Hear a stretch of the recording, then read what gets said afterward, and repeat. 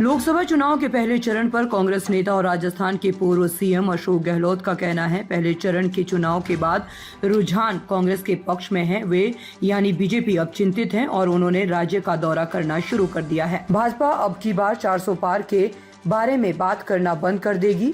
हम सभी 25 सीटों पर समान रूप से प्रचार कर रहे हैं। ये मेरी समझ से परे है कि प्रधानमंत्री क्या कह रहे हैं। समझ में नहीं आता कि पीएम घोषणा पत्र को मुस्लिम लीग से क्यों जोड़ रहे हैं। पीएम किसी पार्टी, जाति या वर्ग से नहीं, इसीलिए उन्हें अपने पद का कद बनाए रखना चाहिए। राजस्थान में दूसरे चरण के चुनाव में 26 अप्रैल को शेष 13 संसदीय सीटों पर मतदान होना है। राज्य में कुल 25 सीटें हैं। तो कुछ दिनों में बचा हुआ है, किस तरीके की रिपोर्ट आप लोगों को अभी तक मिल रही है, क्या आप कहना चाहेंगे? ये पहला फेज में कांग्रेस पक्ष में मतदान हुआ, उसे घबरा गई तो प्रधानमंत्री जी, अमित शाह जी बार बार दौरे करने लग गए राजस्थान के अंदर, घबरा गए लोग।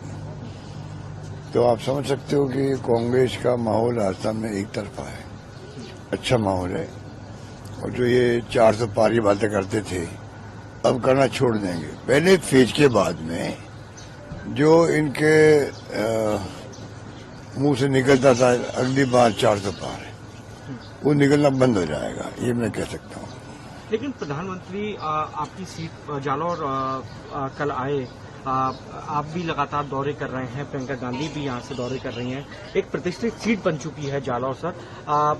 किस तरीके से यहाँ का माहौल देख रहे हैं, क्योंकि मौजूदा जो सांसद थे उनके टिकट कटा, किसी और को अब दिया गया। अब कहा जा रहा है कि जो पूर्व मुख्यमंत्री के बेटे की टक्कर जो है वो एक साधारण कार्यकर्ता से, इस तरीके की बातें कही जा रही हैं। 25 सीटें हमारे लिए इम्पोर्टेंट रखती है।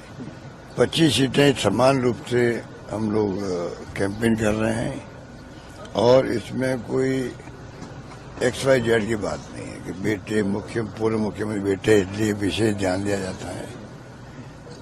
और माहौल सब जगह अच्छा बन रहा है, उससे घबरा करके ऐसी बातें लोग कर रहे हैं। कांग्रेस मैनिफेस्टो पर जिस तरीके से सवाल खड़े किए जा रहे हैं, प्रधानमंत्री लगातार आप लोगों के मैनिफेस्टो, ये मेरी समझ के परे है कि प्रधानमंत्री जी को उन मैनिफेस्टो में क्या बात दिखी ऐसी कि इसको वो जोड़ रहे हैं बेटों की बात करके। कोई लिंक तो बताए कि भाई आपने जो मैनिफेस्टो में 25 गारंटी दी गई है, 25 गारंटी में गारंटी ऐसी है, ये उनको ऑब्जेक्शन है या वो देश हित में नहीं, ये तो बताए। वो सारी गारंटी देश हित के अंदर है, गरीबों के लिए, दलितों के लिए, महिलाओं के लिए, श्रमिकों के लिए, किसानों के लिए है, युवाओं के लिए है। तो मेरी समझ में आ नहीं रहा कि बुखला गए ये लोग, क्या हो गया है, बुखला के बोले ये लोग। पहले मुस्लिम लीग से जोड़ दिया इसको, आजादी के पहले का। तो समझ में नहीं आ रहा देशवासियों को कि ये मैनिफेस्टो 25 गारंटी को लेके इस पर कमेंट क्यों कर रहे हैं, ये इसका जवाब दे। वो अब मुस्लिम लीग की बात कर रहे हैं, मुसलमानों को लेकर भी कल प्रधानमंत्री मोदी बयान दे रहे थे। आपको लगता है कि इस तरीके की बातें होनी चाहिए चुनाव के दौरान, और क्योंकि आप लोग लगातार बेरोजगारी का मुद्दा प्रयास कर रहे हैं उठाने, किसी भी प्रधानमंत्री से, कोई पार्टी का प्रधानमंत्री हो, उससे देश कभी अपेक्षा नहीं करेगा कि आप जो है प्रधानमंत्री हैं तो प्रधानमंत्री ना कोई एक पार्टी का होता है, ना एक जाति का होता है, ना एक वर्ग का होता है। प्रधानमंत्री देश का होता है, और जब देश का प्रधानमंत्री होता है तो बात भी उनको उस लेवल की करनी चाहिए, मेरा मानना ये है।